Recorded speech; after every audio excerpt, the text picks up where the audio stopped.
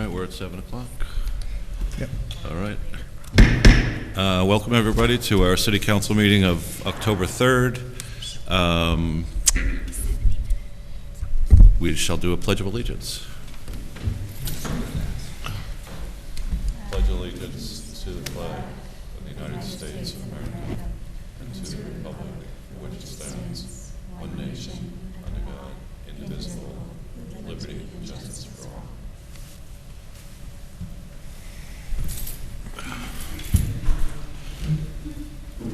Okay.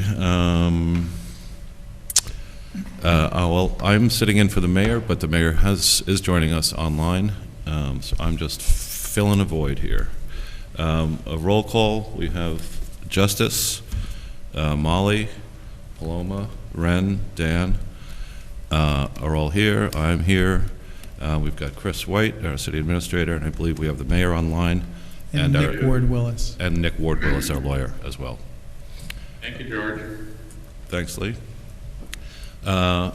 Okay, the first thing will be public comment. We have no public hearings this evening, so you can speak about anything for up to 3 minutes per speaker. We'll first do the people in the room. First person on the list is Teresa Kraft.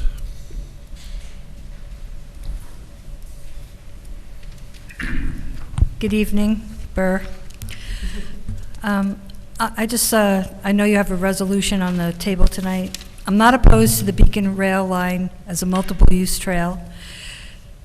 However, I believe it should remain both as a light rail with a pedestrian trail alongside, if designed correctly. I don't think the east-west rail corridor should be removed from the equation of transportation industry. A light rail bringing pedestrians from the river to the mountainside of the city would be a major draw. Every town has a bike rail trail, but this could be extra special, like the Incline Railway in its heyday. We keep seeing developers profit without careful concern for the environment, community, and existent density. Council, planning, zoning, board professionals, and developers are not working together, especially not including the residents, to create thoughtful, deliberate results. We need to pause on any future development and inspect what is really needed. Residents on Highland Avenue are fighting to protect the quality of life as a quiet residential neighborhood. A large development project that will affect the quality of life for all neighbors on other nearby streets, including mine, and it will also impact a local elementary school down the hill. School children should not be bombarded with the constant sound of construction going on for a few years. I am asking all Beacon residents to band together and demand that this city not allow this subdivision at this location. Do not allow this proposed project to set precedent and encourage other developers to ravage other lots throughout our Beacon neighborhoods. If it can happen in this neighborhood, it can happen in yours. This city must put the brakes on pending resolution allowing the infilling of all residential neighborhoods with a rash of ADUs and not covering every inch of green spaces left in our neighborhoods. So many residents are in opposition of many of these applications before the city, including the event-based venue that is too large. It's not even the size of a postage stamp. Sometimes a good idea just doesn't fit. And sadly, for a room full of concerned residents objecting to the Highland Avenue project, to be told by the planning board chair that it's not his fault, that we need to speak to the mayor and the council, is a little unprofessional. I don't think that we need sidewalks in every neighborhood either. We are a city, I agree, but we also are a beautiful, beautiful green place, and we need to be reminded of that and not fill those sidewalks on every street. Thank you. Thank you. Next person is Clark Gedman. Good evening. Teresa, I agree with the first half, very, very much so. I think that there are so many reasons why it is vital to the economy of the city and the region and thereon that we have and maintain our transportation real estate for all the glory that one day will be. We are in a very unique spot with an underpaid and undereducated council. And I'm not saying this as an intellectual deficit, but what I am saying is you're ostensibly volunteers, and you should have at least a staff that tells you the truth. And if you can't assemble the staff that tells you the truth, you should be able to have an income that allows you to engage in public service to a full throttle degree that the city's economic status demands of you. We are in a very important location. And for 20 years now, this month, I have been talking about the necessity of Beacon recognizing its rank size and economic activity in service to not just the taxpayers of the city that can fully function or better function to serve its residents of all economic classes. Instead, I don't think there's anyone in the state has studied this stuff as hard and for the 50 years that I've dedicated my life to studying this subject. And I can tell you vehemently that we and the staff needs to be upgraded to the rank size. You can spend millions of dollars a year on consultants, or you can spend money on employees to tell you and to argue with you, and not be offended, but to argue with you and explain to you, and maybe you explain to the staff what you think the people need.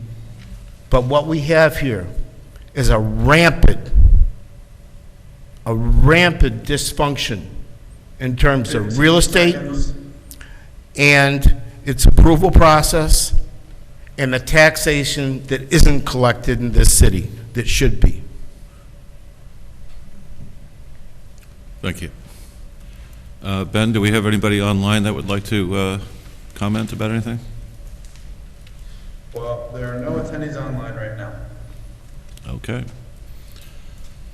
All right, the public comment is closed. Reports, shall we start with Justice?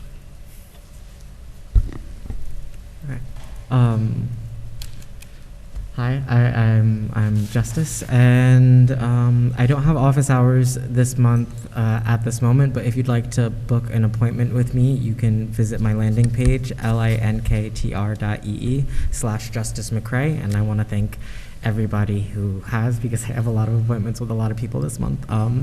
And I have a bunch of other resources on that landing page as well, including the city's recreation survey, which you could also find on the city's website, beaconny.gov. Right at the top, there's a red banner, and if you want to participate in the future of recreation in Beacon, please fill out that survey.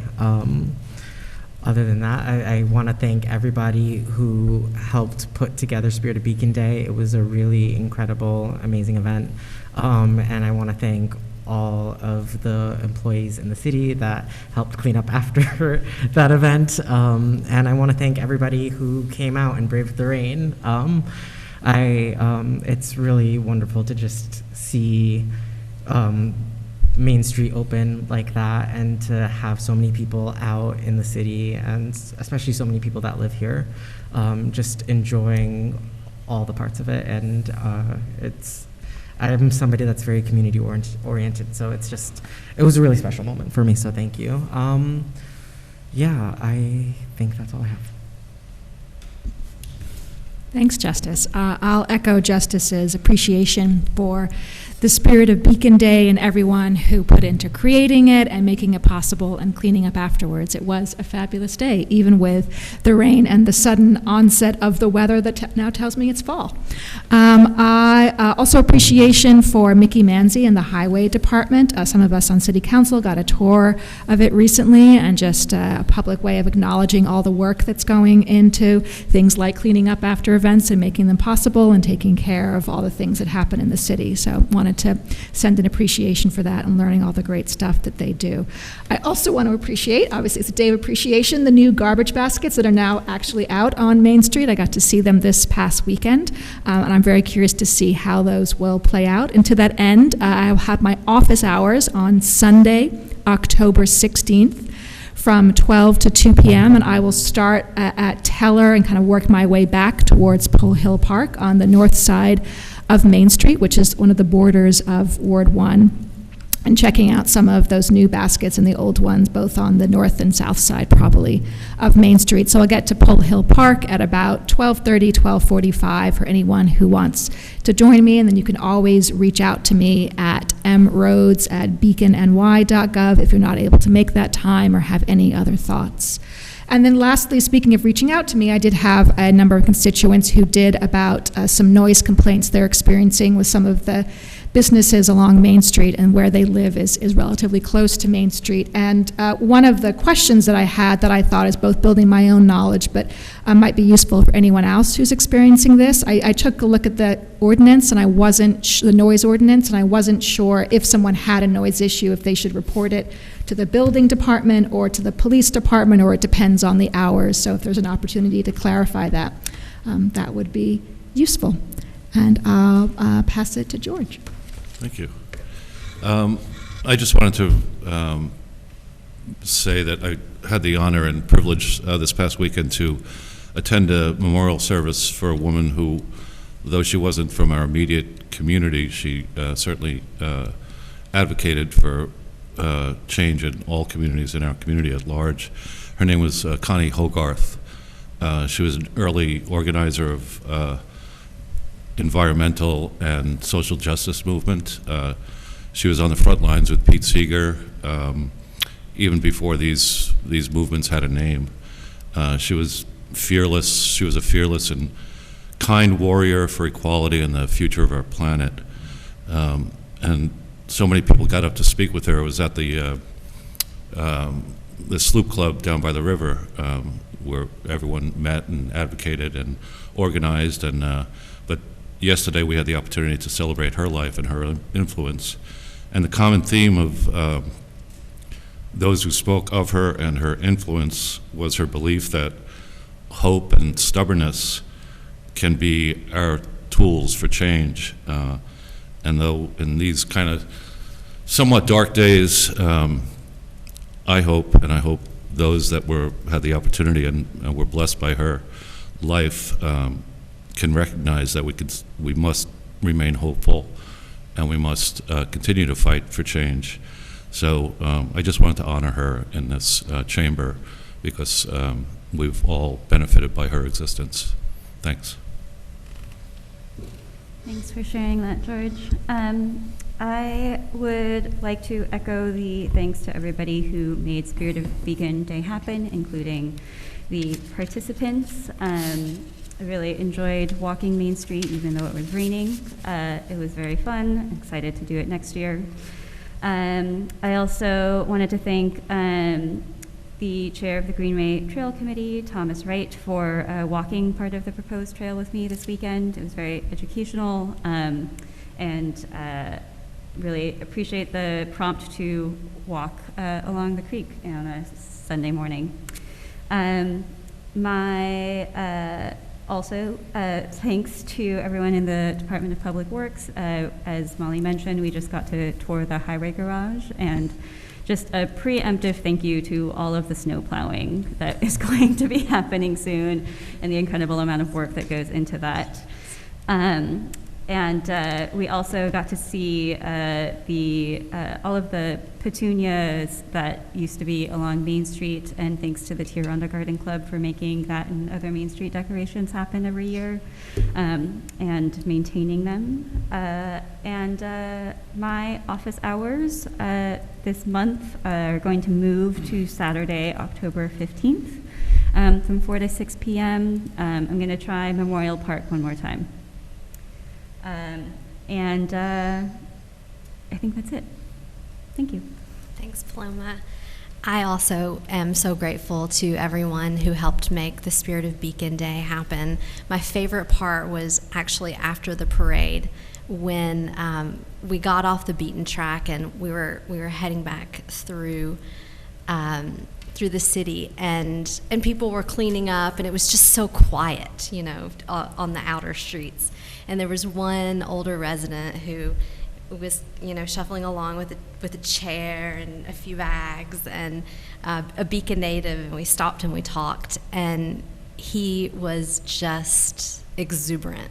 You could really feel the contrast from, you know, how lonely the pandemic, well, you know, there was no Spirit of Beacon Day for all of those years, and he was just overjoyed.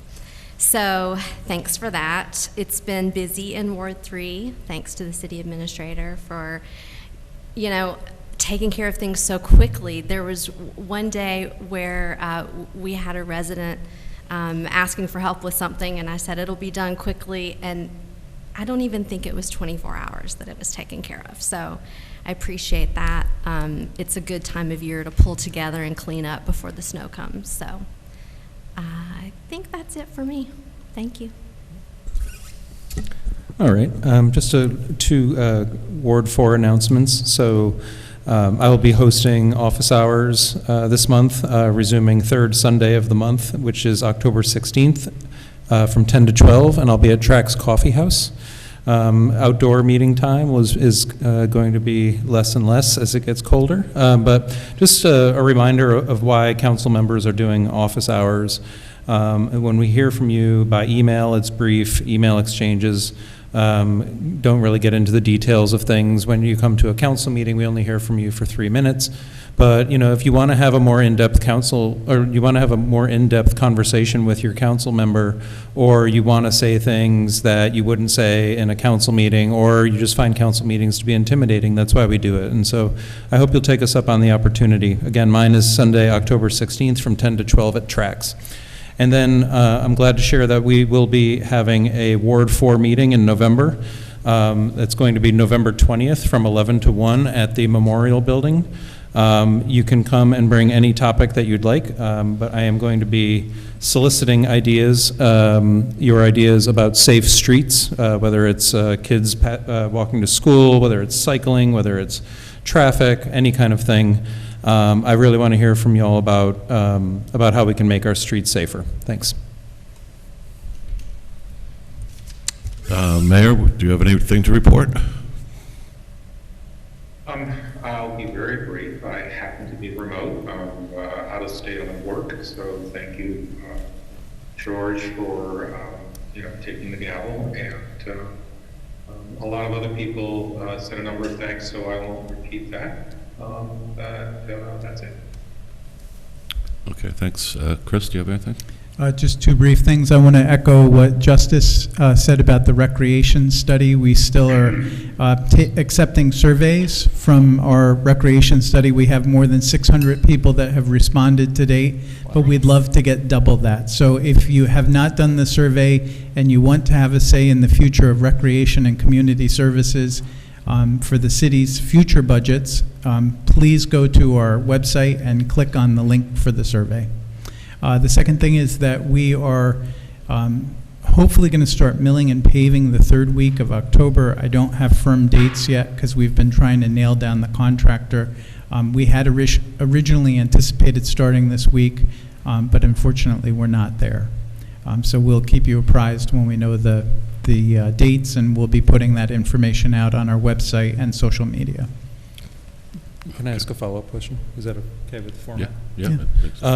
You said you had a final list of the streets that you would send to the city council. Could you send that? I know you sent an earlier draft, but you said in a meeting 1 or 2 meetings ago that you would send a revised list. We can send that. It hasn't changed. Oh, okay. Yeah. Okay. And I hope to send it with some time frames on when we'll be in certain areas. Okay, well, that's all for reports, I believe. We will now be doing the first presentation of the 2023 proposed operating budget. Chris White and Susan Tucker, our finance director, and the mayor will help explain it. This is, like I said, the very first opportunity for the public to see it, and we'll be posting all of this online and having future discussions at each workshop for the next 3 or 4 weeks. And so, George, the mayor is going to kick off with his budget message, and then I'll do a presentation with Susan's helping on that. Okay, great. Thanks. So, Lee, it's all you. Okay. All right, so I'm pleased to submit to you the proposed 2023 operating budget. It's my third budget as mayor, although I guess it's my 21st budget on the council, but it's my third as mayor. As you're aware, I successfully negotiated a new 10-year sales tax agreement with Dutchess County, which runs from 2023, meaning next year's budget is the first year of that, through 2032. During the negotiations, I was able to present data showing that prior sales tax agreements from 2012 to present have significantly reduced revenue to Beacon over the past decade, and in particular, our share of total county sales tax revenue. And the new agreement increased sales tax revenues, including increasing our share, phased over the next 10 years. So in 2023, the new agreement will raise more than $1 million of new sales tax revenue. Just to put that into context, our property tax levy is in the 12 million and change range. And so $1 million of sales tax revenue is the equivalent of about 8% of our property tax levy. Just to give you a sense of it, this huge gain helps us limit tax increases in 2023, to reduce our use of fund balance, to absorb expenses that are rapidly escalating due to inflation, and to continue to invest in building the city's capacity to deliver services to our residents and businesses. The cost of living for our residents has increased sharply this year, and I work with the city administrator and finance director to craft a budget that does not increase the tax levy for existing properties to mitigate those potential property tax increases. There will be, we have new construction coming online in the 1.5% to 2% range, and the proposed tax levy increase is 1.74%, so right in that same range. And that's well below the increase allowed under the state tax cap, and is fully paid for by the $26 million in new construction added to the tax rolls this year. Right, so the way to think about that is every year that we get to construction, we generate tax revenue from those new properties, and that can go into the total tax pool without asking any of the existing properties to pay anymore. So that's what this budget was targeting to do. Now, there are some adjustments in these very arcane thing called adjusted base percentages and proportions, which we have no control over. And this year, there will be a slight movement away from homestead not away from commercial properties in terms of taxes and to the residential properties. So that may result in a modest tax increase for homes, but that's not because of the tax levy. It's simply because of the way that our two tax rates are controlled by state law. Right, so that's kind of the simple version of it. It's actually much more complicated, but let me just go on and say that 2023 will be a year of historic infrastructure investment with some $40 million in capital projects moving forward or going into completion. These include the expanding of Tompkins Hose into a state-of-the-art central fire station, the rebuilding of Fishkill and Teller Avenues, the continuing updating of our aging sewer infrastructure, the continuing rehabilitation of our dams, and more. Beacon is able to make such investments because our sound financial management and excellent AA2 bond rating. And while our total borrowing and debt service levels are high, I do want to mention that, careful management will allow us to continue to make these critical investments. Right, so we've got a lot going on. Our total borrowings is more than we would want it to be, but these are important investments.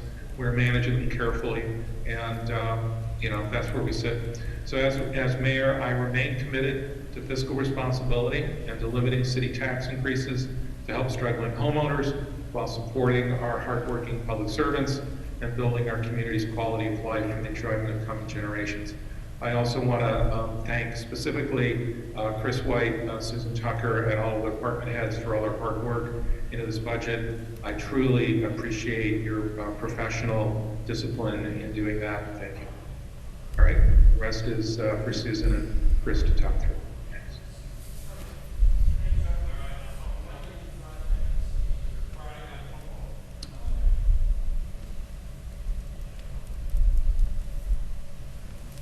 Who wants to go first? Chris Me, is, me, me. Chris is sharing the screen.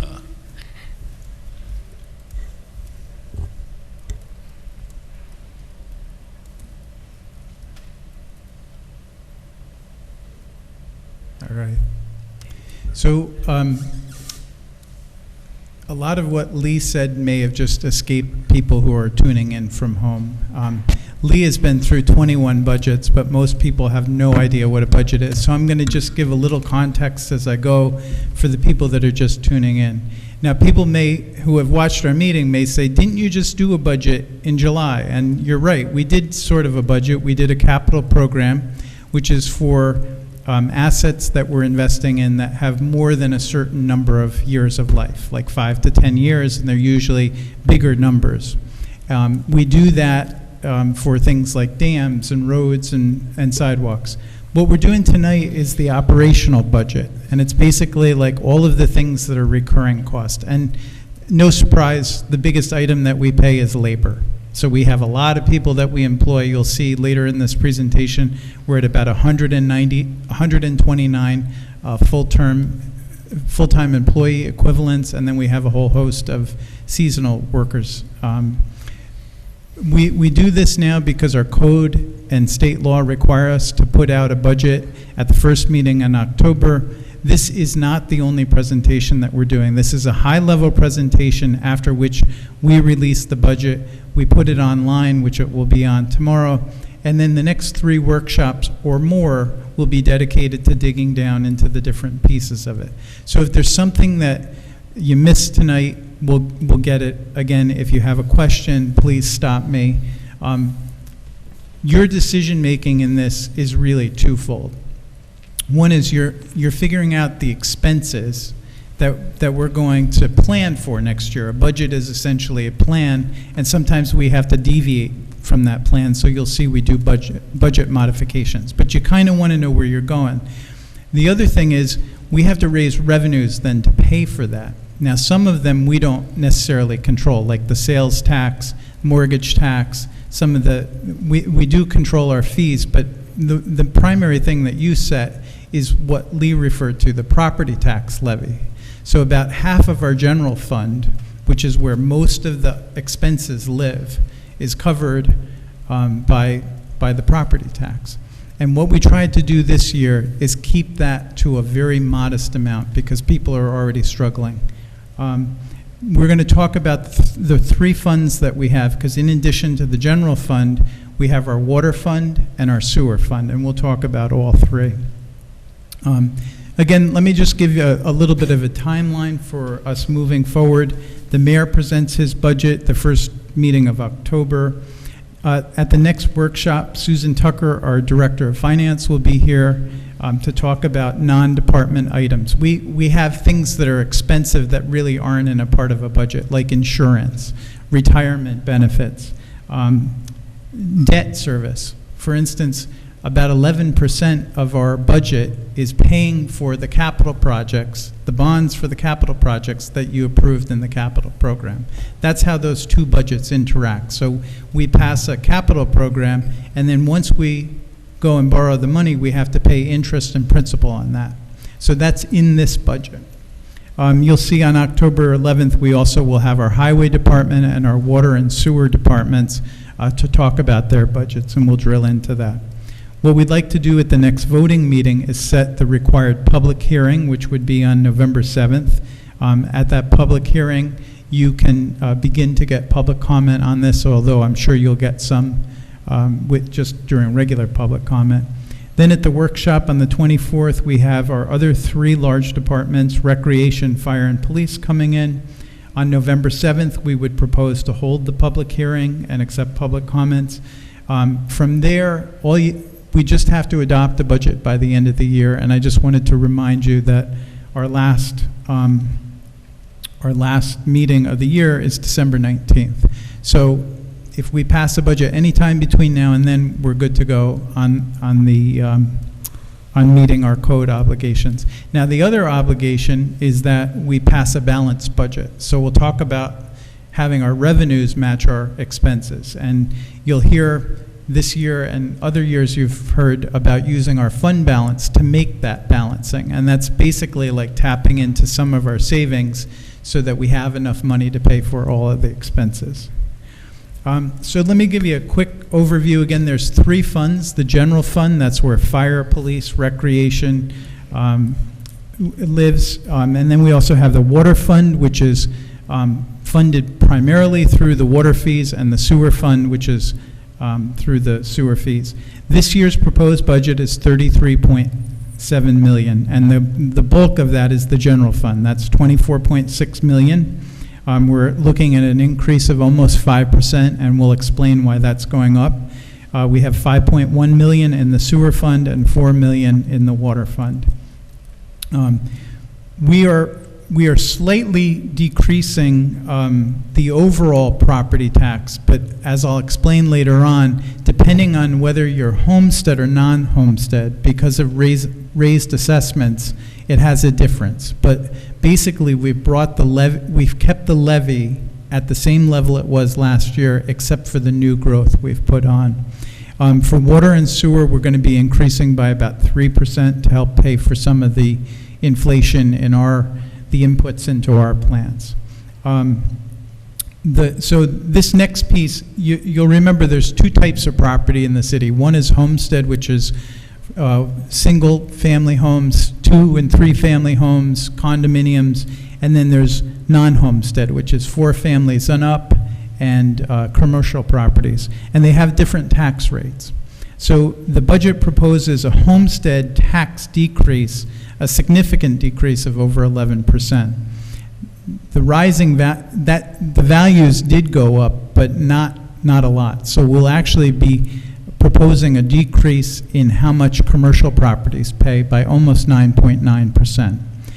Because of the proportions between homestead and non-homestead and the increased assessments, us keeping the tax levy at the same level actually causes a small tax increase for homeowners. So for 1, 2, and 3 families, we're proposing a 2.85% tax increase. And I'll explain that more as we go through these. So again, you have assessments going up, you have tax rates going down, and depending on which class of property you're in, you're either going to have a decrease or a very modest increase. And we've tried to stem.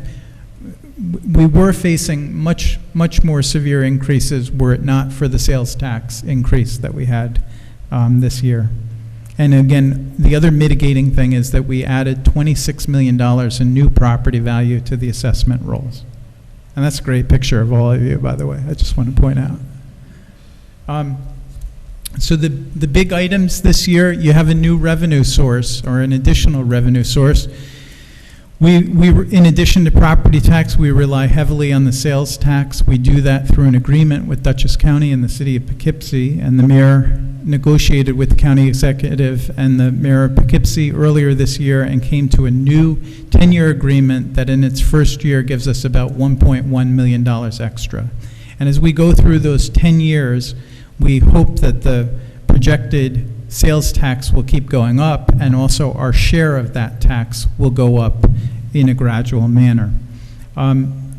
We have faced pretty steep increases this year due to inflation. We have labor costs that are going up because we do have contracts in place. In past years, we didn't know what the increases would be, so we would just put money in the contingency fund. So this year, you see, rather than putting it in a contingency fund, we actually know what those increases are, and we're putting them on our labor lines. We've had steep increases in our recycling and garbage, sanitation, retirement contributions. Our insurance has gone up quite a bit, $65,000. And then energy and supplies and repairs have all gone up. We're looking to continue to add incremental capacity, so we're proposing 2.5 new positions. One is a firefighter who would float between the four shifts of 4 people. So we'd have the person there in case somebody had an injury or somebody leaves or somebody retires, and that way we have an instant person to backfill that position without having to go to overtime. And this, again, we're trying to build in some resiliency for when we have these transitions of staff. Additionally, we look to hire an entry-level water and sewer maintenance helper, and that helps us take a more senior person and train them to be a water filtration plant operator, because we know our current operator is looking to retire 5 or 6 years out. So we're beginning to plan that far out for who's going to replace this person when they leave. And then finally, we are proposing a part-time civilian dispatcher in the police department to work weekends. That helps us put more police on the street, but it also helps us backfill when our full-time dispatcher leaves next year. We know that a dispatcher that we hired is on the police list, and we'd really like to hire her next year when she turns 21. She's kind of young. So we're already planning for somebody who can take that position over. Some of the initiatives that the council added last year and the year before, we have continued the mental health worker in the police department, cleaning bathrooms, the ambulance services we added last year.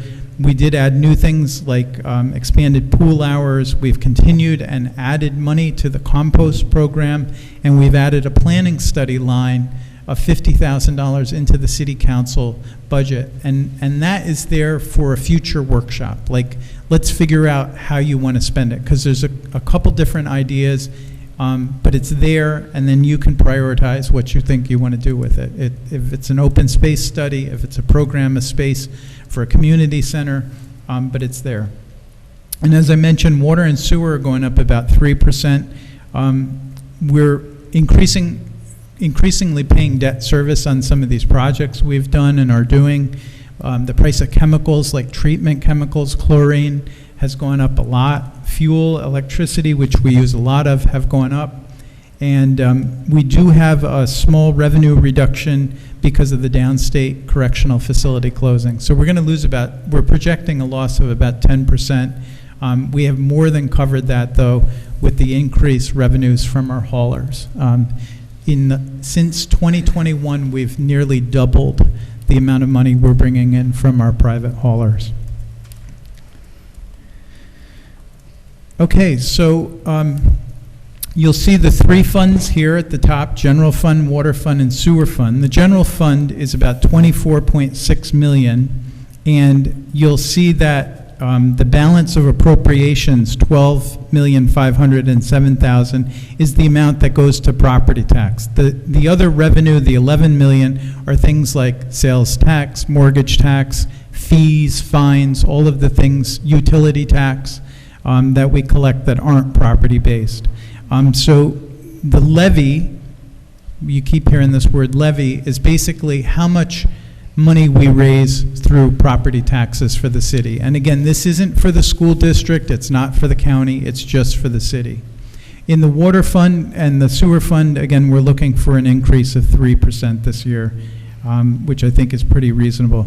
Now, Susan's going to talk a little bit about where this is in relation to the tax cap, and a little bit about the fund balance and how we've reduced our reliance on the fund balance. So each year we have to do a calculation, a tax cap calculation, and there is 2 main components to the tax cap calculation. One is a tax-based growth factor that's determined by the state. They've determined that this year it's 2.9%, and then the other piece is an inflation factor, which is this year is 2%. That's also determined by the state. Doing the calculation, we were allowed to go to $12.9 million, which was an increase of the levy of $607,000, or 4.94%. We've decided to only increase the tax levy $214,000, which is 1.74%, to keep in alignment with our actual assessment growth this year. So we will be able to carry over to 2024 $193,000, $514, and we plan on using $200,000 of fund balance to offset the levy increase. And just for context, last year we used 585. So the sales tax bought us a number of things. One is we're reducing our reliance on the fund balance. Secondly, we're able to continue investing in a few new positions and some new initiatives. Thirdly, we're absorbing these hits from inflation, particularly to insurance and energy costs. And then we also were able to mitigate and bring down the tax hike. For an average house valued at $400,000, the tax hike will be about $80 next year. And again, if we didn't have the sales tax, that would be a lot higher. This next slide, again, I talked about the two classes of property that we have, homestead and non-homestead. And you're going to be voting later tonight about the base proportions and percentages. This is basically a system that the city put in place years ago. The mayor explained it really nicely last week about how, there are about 100 municipalities in the state that do this, where they divide commercial versus homes. And so we have a ratio that about 70% of the tax burden goes on to the homes and 30% onto the commercial, and that gets rebalanced. So because of this, we assign part of the levy to homestead and part to non-homestead. And you'll see that the tax rate on both of them went down. Homestead went down 11.3%, non-homestead about 9.9%. The reason there's a tax increase on homestead is that decrease was more than made up by a 16% increase in the values of property. So you have these two things at play. You have the rates that we set and then the assessed value. And basically, that was also mitigated by putting new construction on the tax roll. Do you have anything else on this slide? Mm-mm. So, hey, Chris, if Yeah. I could just add one thing. See that the tax rate, right, and the decrease of the tax rate, right? So the homestead's down 11%, the non-homestead is down 10%. That has been a continuing decline, which is awesome. What it means, the way to think about it is, what are my taxes as a percentage of the value, the full value of my property, and it keeps falling. When Beacon was a fairly poor community, you were paying close to 3% of your property tax, of your home value in property taxes. That number, and we only control the city portion, not the county or the school portion, but that percentage has gone way down, and that's in part because we've come back and the values of our property are increasing. So we're able to keep decreasing that tax rate. So that's all. Thank you. And this next slide is shows the other side of that. Like some of you may remember back after the 2008 economic collapse, the city's assessed value actually went down, and they faced really difficult times those next years. What we're seeing is what you all see, is that the price of homes and the price of properties have gone up. This year, our homestead is almost at $1.42 billion in value. And then on non-homestead, we're at about $341 million. And these have gone up. The homestead actually went up a little faster than the non-homestead this year. Now, as the mayor mentioned, your tax rates have gone down, so they're going the right direction. The rate here, that rate is the dollars per thousand. So if your house is worth $100,000, you multiply this rate. So if you see the 2023 proposed rate, that's 6.21, that means you're paying $6.21 on every $1,000 of assessed value. And that's continued to drop, that tax rate. But again, it's the reality for people, their actual taxes will go up a little bit because those assessed values went up faster than these went down. So sometimes when we're looking at expenses and revenues, our revenues are a little bit short to cover all of the expenses. And what we do is we use our savings account, which is basically called the fund balance. It's what's left over from year to year, and we attribute a piece of that to our revenues to cover shortfalls. You'll see in 2021, we spiked up to 2.27 million, and that was because of COVID, anticipated loss of revenue, extra things that we had to pay for, like protective equipment. Last year we got it down to 585. This year we're proposing 200,000. So again, my goal would have been to make this zero, but we couldn't quite get there in one jump.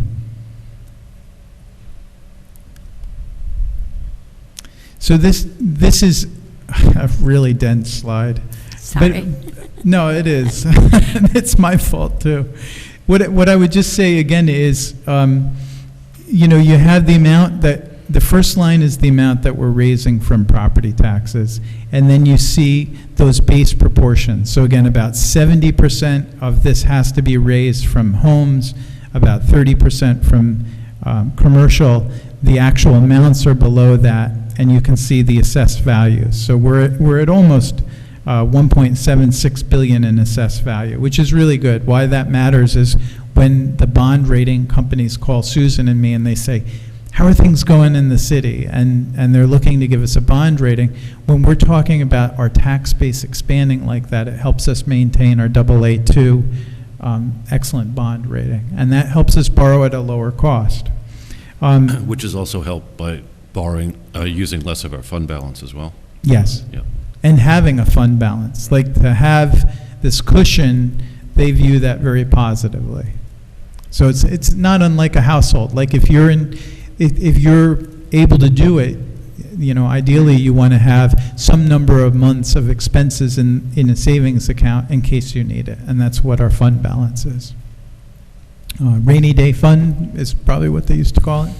I'm going to just jump to the bottom because that's what most people are going to care about. So we did an evaluation of how would this new tax rate affect homes and commercial properties if it was valued at $400,000. So for a home, your tax bill would go up about 2.85%. For a $400,000 home, that's about $80. You'll see the non-homestead, the commercial, they actually pay more per thousand. So while they only take 30% of the share of our overall levy, they do pay a higher share of taxes. In this case, they get a decrease of almost 10%. And again, we don't control the balance between homestead and non-homestead. The state really sets that, and we'll talk more about that when we do the resolution. So one of the things we've wanted to do is to continue to build capacity at the city so that we can deliver services, so that we can do projects, so that we can respond to the changing needs of the community. Last year, we had added 2 positions. This year, we're proposing 2.5, and I describe those are mainly looking towards replacing people when they leave, having somebody queued up to go so we don't have gaps in service, or even worse, have overtime costs because we don't have somebody to cover. So we're at about 129 full-time employees. Then we would have another 20 to 30 seasonal and part-time, people like lifeguards, crossing guards, camp counselors, after-school program coordinators, people that really do great work, but they wouldn't be in this.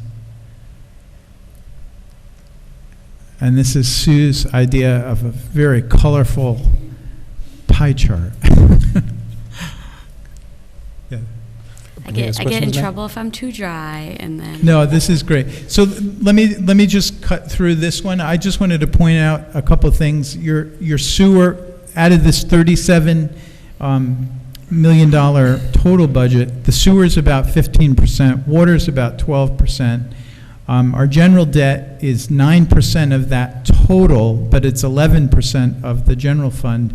And you can see kind of a breakdown of where your money goes for this. We'll dig into each part of this pie chart as we go forward in the workshops. Did you have anything to add to this? I think you did a great job. All right. I like the colors, though. Great colors. Yes. And So we'll be sending out the actual budget to you. Ben should be sending it now. It will be available at City Hall for residents, or if you'd like one printed, we can do that for you. Just let us know when you come in, pick it up from Ben. There will also be one available at the library. I was just going to ask that. Yep. yeah, so just please email Ben if you want one printed. We'll get them to you and let you know when you can pick them up. So with that, I would open to questions, and Sue is going to stay here until we've answered every single one of them. Well, there'll be lots and lots of time for further questions. You don't all have to be experts just yet, don't worry. So next workshop, I will do an overall, like we'll talk about health insurance, debt, and all those big ticket items that don't fall into anyone's particular department. I will also be able to entertain any of the questions that you have at that time. There might be something I need to, research or whatever, but I'm open to any questions you may have. I thought it might be good to ask about the fund balance right now. It's come up a couple of times, and just understand both for myself, maybe the public, how it works. Like, is it like a savings account that there is a set amount in it now? No. Yes, it gets closed out at year end. So, it's a prior year savings. Think of that. So it's the end result of prior years that maybe we had a surplus, maybe we had a deficit. So that's the fund balance. So at the end of 2022, if I have more revenues than expenses, there'll be a little bit more that goes into fund balance. If I have more expenses than revenues, it'll be a little bit less that gets closed out to fund balance. So if you've ever looked at a balance sheet, it's for a corporation or anything, it's retained earnings. That's the same thing. Hope that answers the question. Some people call it a savings account. Owner's equity? Yes, Okay. owner's equity. So it's the end result of your revenues and expenses. So, and what I like to do after each year, after we close out, we see if we had a surplus. Is a lot of times we apply it towards the next year's capital plan. So that way, Moody's or other places look at us that we're investing our money. We're not just using it like as an operational loss. So they like to see that. Some of the things that we included in the capital program we did bond resolutions for, and other things we just knew we would absorb it. So we kind of have an idea of what we can put aside each year, and then buy things like vehicles that we don't necessarily want to go to bond for. So I do a calculation of fund balance. I determine I want to keep 30% of fund balance in there. That would be 30% of appropriations or revenues. And then I say that we can use the rest of it towards capital for the following years. We want to keep that, maintain that 30% because that's what, investors like to see.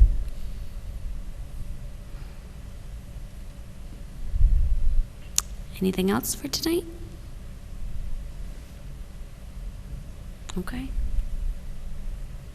I can stay.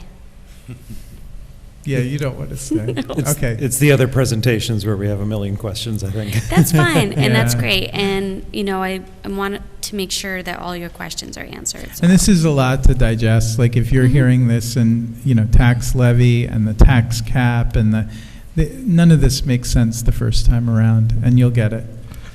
Maybe just one quick question, because I did see something in the PowerPoint, but I don't have the PowerPoint myself, but I think like the second to last slide, it said that the tax levy, when it was showing how it's being split between homestead and non-homestead. It said that it was 12.5 million. Yes. But I thought I saw on an earlier slide that said that our tax levy was 12.9. 12.9 is the total tax cap we can go to. We're only going to 12.5. Oh, okay. So the 12.9 was the number that had already applied the kind of the notes from the bottom of the slide. Right, but we never 12.9 went to was the just 12.9. saying that is what we could, without exceeding the tax cap, we could go up to 12.9. Okay, thanks. You're welcome. I want to thank you for putting all of this together and like especially preparing us for what is to come in the next several weeks. I think this is a great, I don't know, first look into everything that we're about to step into, not just for the new council that's here, but for the public as well. So I really want to just express appreciation. That's Chris. He wants to make sure everyone understands it and walks you through it. Sometimes I talk a little quick and I'm a little dry, so. But this will get tangible very quickly, where we go through budget lines and you can see we're spending this on gas, we're spending this on equipment and repairs and trees and flowers, and so everything's got a line, and we'll be able to go through it, and what you'll be able to do is you'll be able to compare in the budget what we spent in 2021, what our adopted budget was, and then what the actual budget was, because you're going to see some changes. You'll see in the last few years with police overtime, we had a fairly lower number, like around 450 to 500,000 in the budget, but then every year we go and we put another 300,000 in because we're short at the end of the year.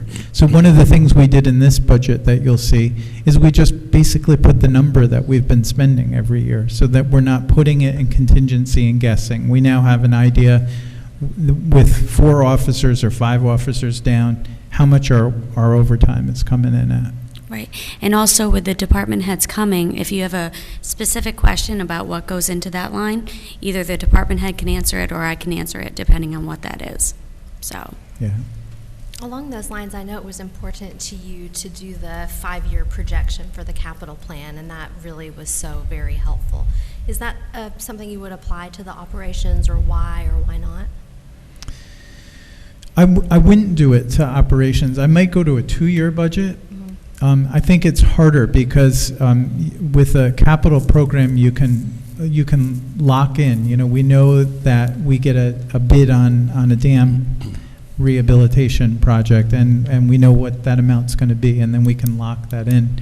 Or we can estimate and then do slight increases each year. Right. For operational budgets, we've made it a little more predictable by having all 3 of our unions under contract. We never knew what our labor price was going to be because the contracts were expired. Now we have contracts in place for all 3 unions, so that's more predictable.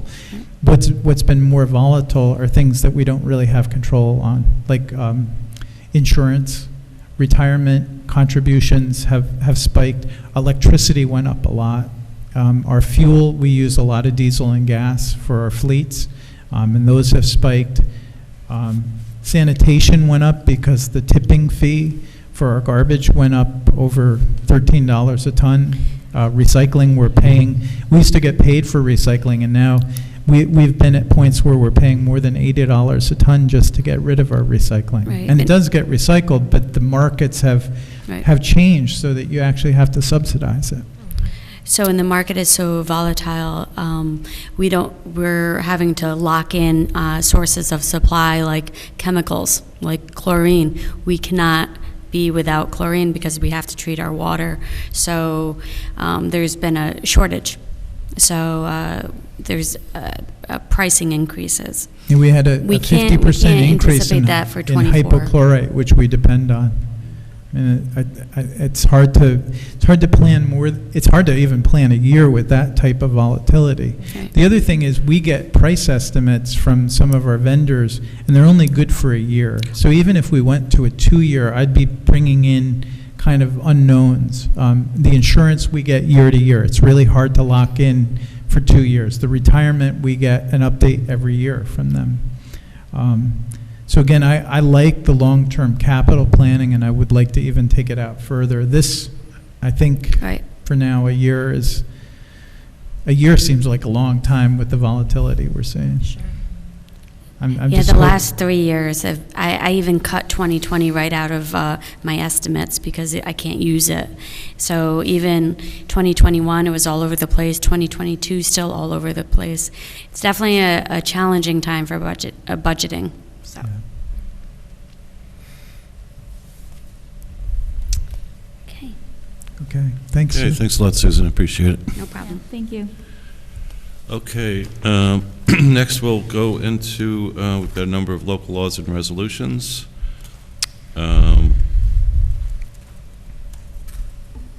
first resolution is number 123, appointing Bruce Flower to the position of building inspector. Do we have a motion to open this discussion, or is that what I'm asking for? Motion to open the discussion from Mr. Flowers? Second. Okay. Do we have to vote on that? No. No, No. then we have discussion. You got it. You got it. Got it. Okay. Does anybody have any questions? Or Chris, do you want to explain Can I this? give a little Yeah, please. overview? So we haven't talked about this publicly, but we did have a candidate that we interviewed and selected for Building Inspector 2 position, which is our building inspector. The reason for the 2 is under civil service, if you're more than 10,000 people, that's the name of the title, just in case you're wondering. I wondered that. But we brought Bruce Flower in to meet the council last week in executive session so we could have a frank conversation with him. We did look at the top 3 candidates on the civil service list. We interviewed all 3 of them. We found Bruce to be the most qualified and experienced. He brings 18 years of experience from the town of Poughkeepsie, where he was a deputy building inspector, and previously, before that, he was in the village of Wappingers Falls. He also has been chairman of the town of Wappingers Planning Board since 2017, and he was on the board a year before that. So he's well-grounded in code enforcement, fire enforcement. He's a firefighter too, which is a great synergy with our fire department. We want these 2 departments to work together more closely on fire inspections. And then he also understands planning and zoning. And so that mix of skills made him our top candidate. Our current building inspector, Dave Buckley, is retiring October 13th, and I do want to just thank Dave for his service. He's been with the city almost 2 decades, and he's been in public service longer than that. And I do want to thank him for the work he's done. So, questions? And No, it was a real pleasure to meet Mr. Flowers, and his diverse experiences is a good pick. yeah, this is a hard position to hire for. There's not like a university that trains people to be building inspectors. So to find somebody that has kind of the fire, the code, and the planning and zoning is kind of a home run.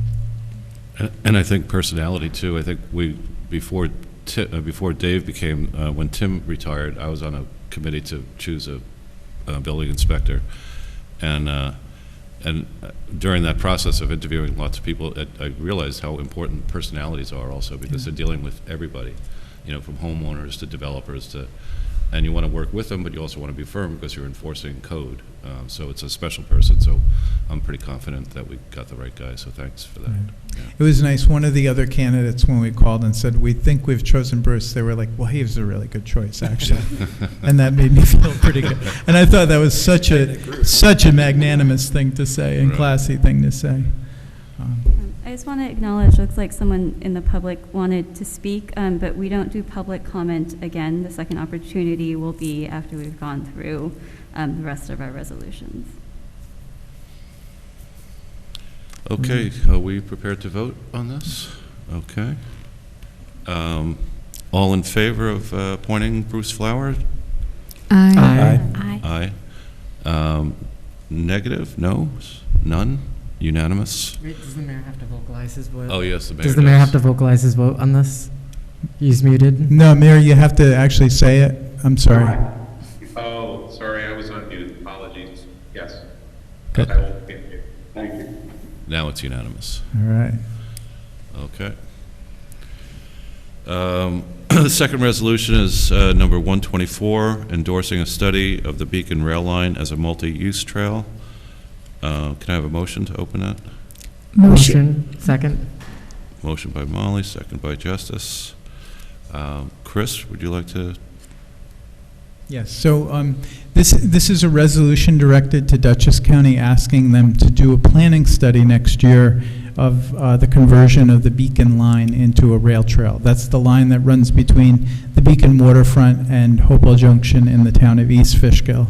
The county has asked us to memorialize our support for the project, and all of the municipalities along the line, Beacon, the village and town of Fishkill, and the town of East Fishkill will be doing these resolutions to show support for the project.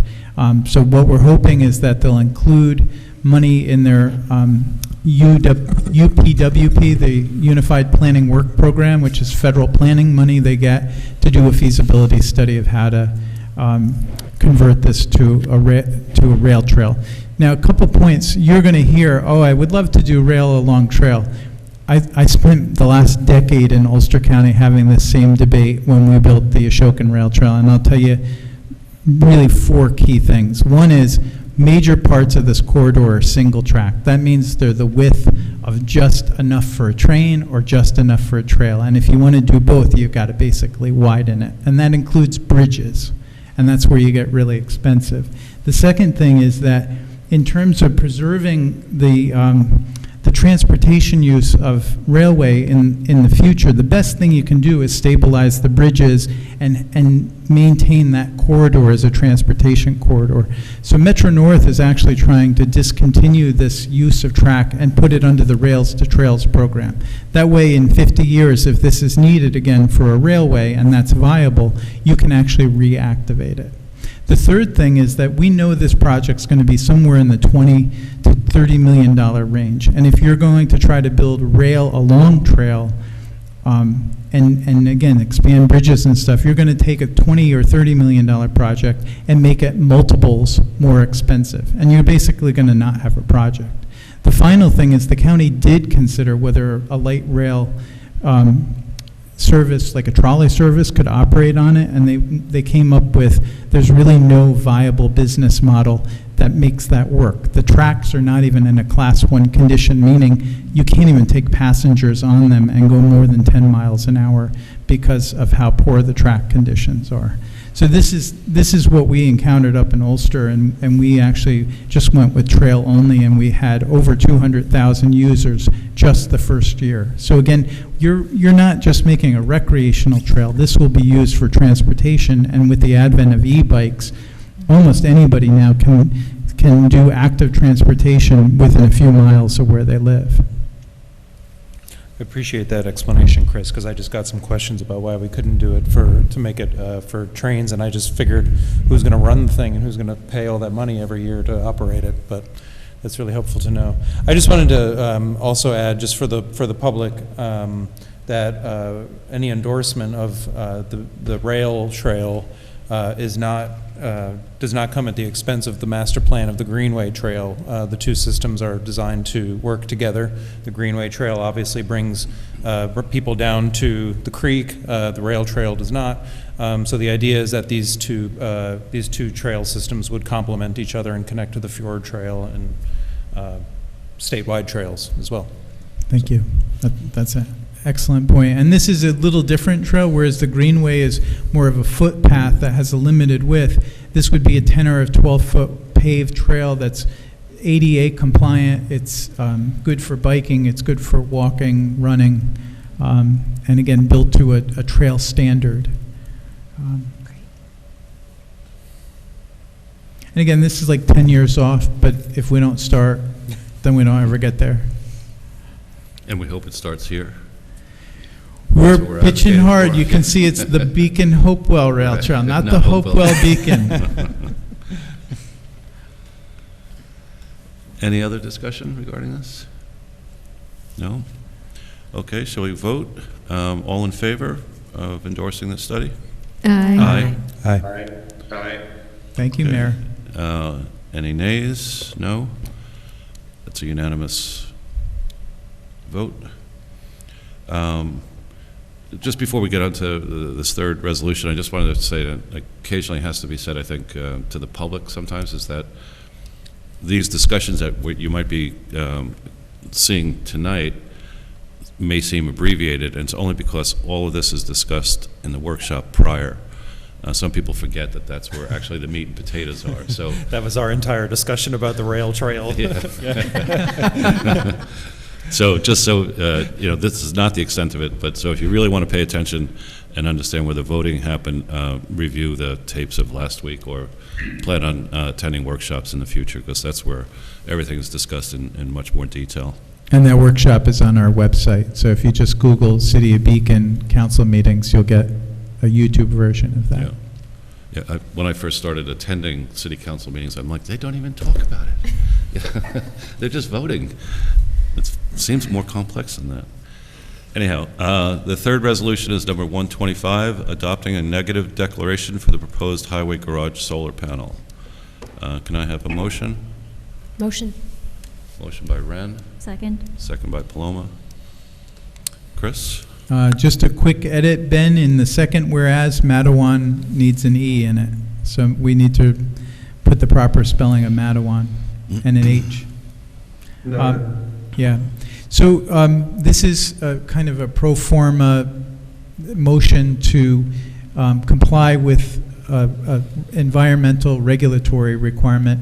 Normally when you put solar panels on a roof, it's called a type 2 action. It doesn't require an environmental analysis, and you don't have to do anything further.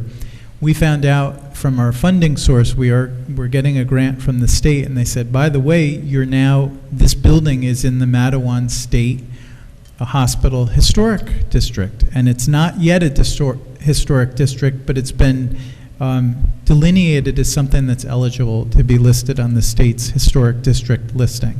And as such, now we have to proceed as this is an unlisted action, meaning we have to do an environmental assessment form, parts 1, 2, and 3. So we've gone through and done that. We sought a letter from the New York State Office of Parks, Recreation, and Historic Preservation to ask whether or not they were okay with this. They gave us a letter back saying we have no objection to it. So the project would put about 380 solar panels on our garage that would take care of all of the power for that building and maybe some extra for some of our off-site facilities. And again, this is just passing the required finding under the State Environmental Quality Review Act. And I remember you mentioned in the workshop what percentage that would add to our... Yes, so we estimate this would cover about 4.2% of the city's municipal electric use, so our government electric use. And what's the percentage coverage by the over by the wastewater treatment plant? So the Dennings Point solar installation covers about 70%. Oh. Yeah, and then we have a small array on this building that covers a little bit of this building. We're not sure. It's actually before the meter, so it just basically goes right into the building. And then we're looking at other options as we build the firehouse. We're building the addition to have the roof loading to have solar panels too. So we're looking for where, on other parking lots or other roofs, we can continue to add solar panels. But we're hoping to do this project next spring. It's in your capital program. It's about $400,000. And then Jonathan Jacobson, our assembly member, got us a grant for $125,000. So the payback on this system will be about 9 years for us. Mm-hmm. And if the rates keep going up, that's going to be about 2 years. And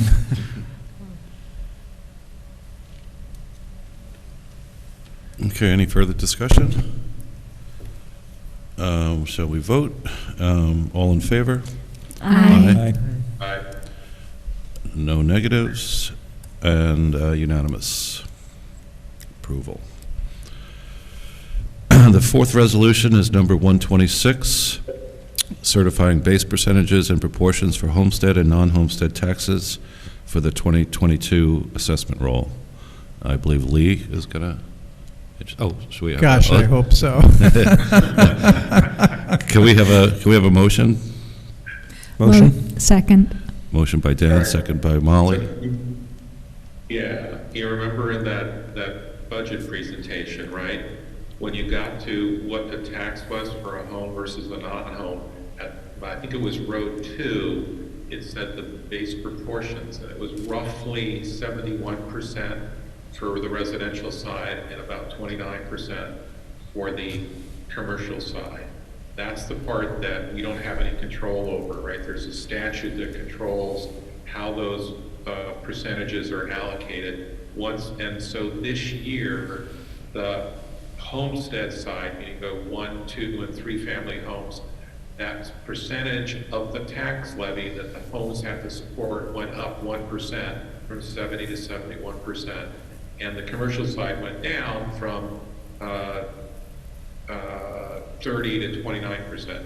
That's why there's the shift that Chris and Susan talked about even though the tax levy is not higher than the new construction, there's still a little bit of extra tax for the residential side and a substantial decrease on the commercial side. Last year, those percentages did the opposite, right? Again, we don't have control over it. So last year, the commercial side saw an increase and the residential side saw a decrease. That's what we're approving. Again, we don't have any control over how it's done. We're just confirming that we're adopting it and putting it into our budget. Okay. Thank you. Okay.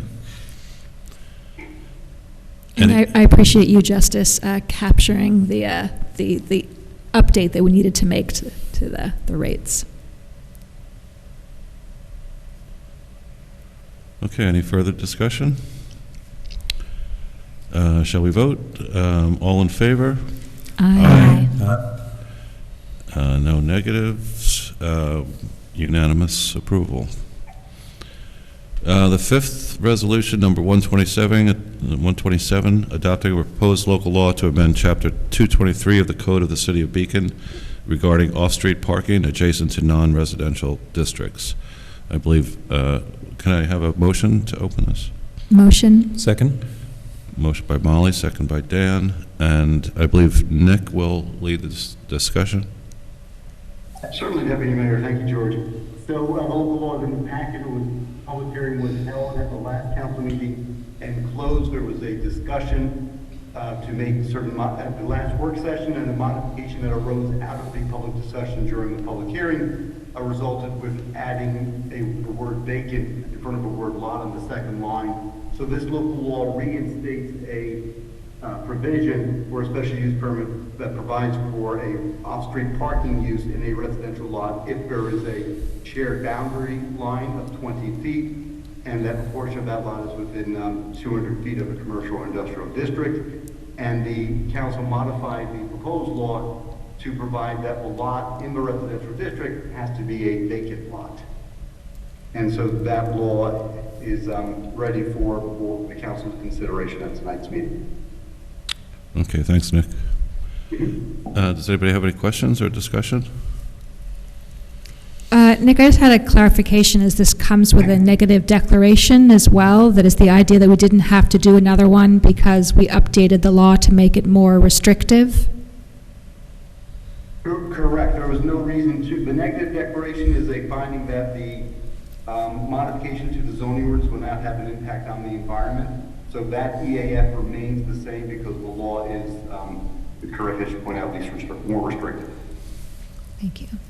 I'll also share that I will probably vote in favor of this law, and I'll share kind of why, because I was the one, for those who did listen in last week, had the most questions about it. I think particularly having John Clark's input into the special permit that would be needed in order to have these residential areas used as parking for commercial and industrial places, and the fact that actually having residents who lived around that, having them speak out against it was a reason why the planning board could turn down a special permit. I think that was a key factor in my feeling more comfortable with the idea of allowing this, knowing that we still have control on a lot by lot basis depending on how it actually played out in the city.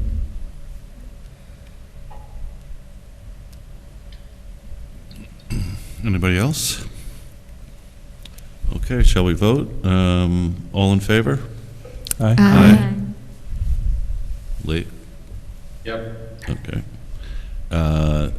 Anyone against? Nope.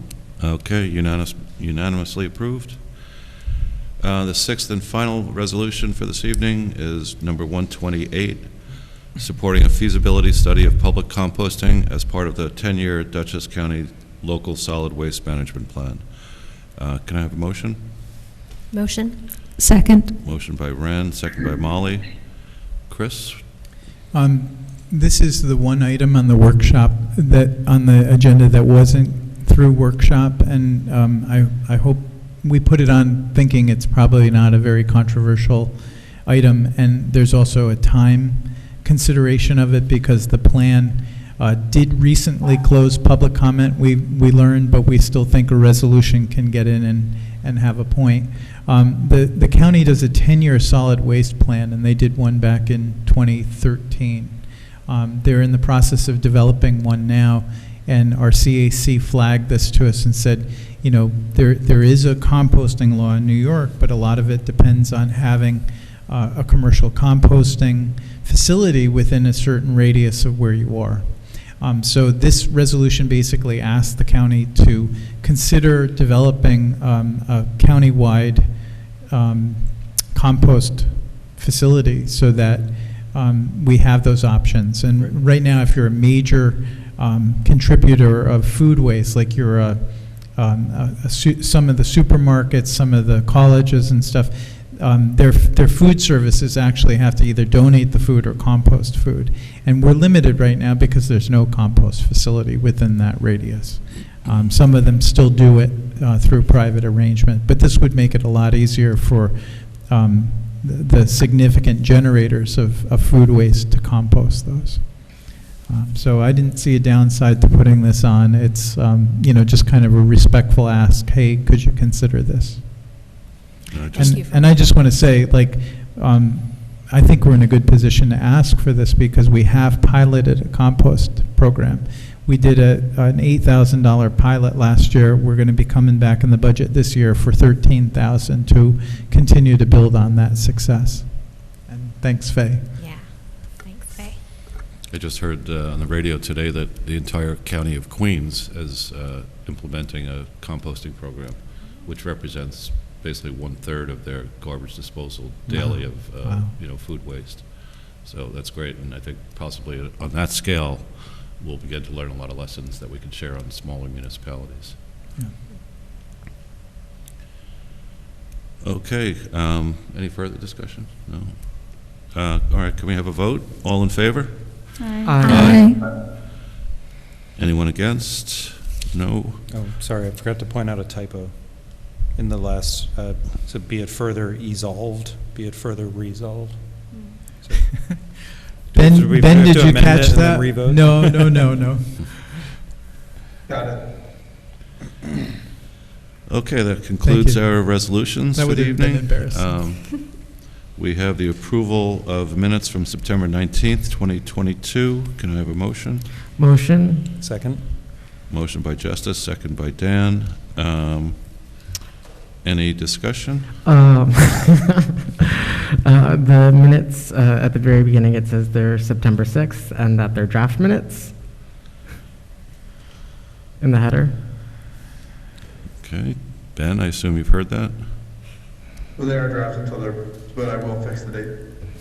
Yeah, and Good I catch. think later on in it, it also says September 6th.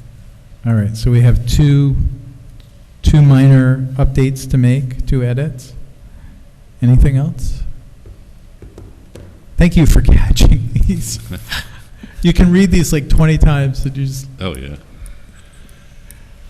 Okay, if there's no further discussion, all in favor of approving the minutes?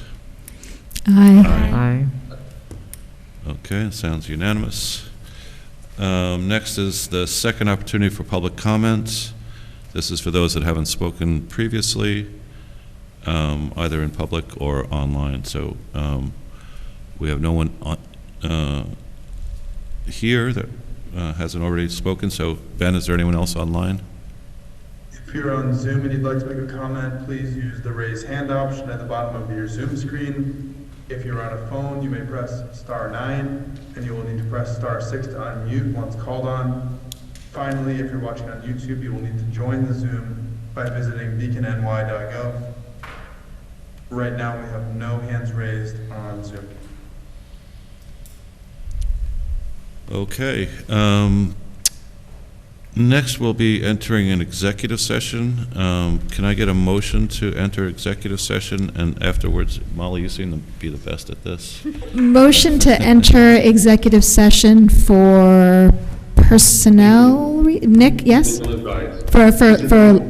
For legal advice and to conduct no further business after. Second? Thank you. Aye.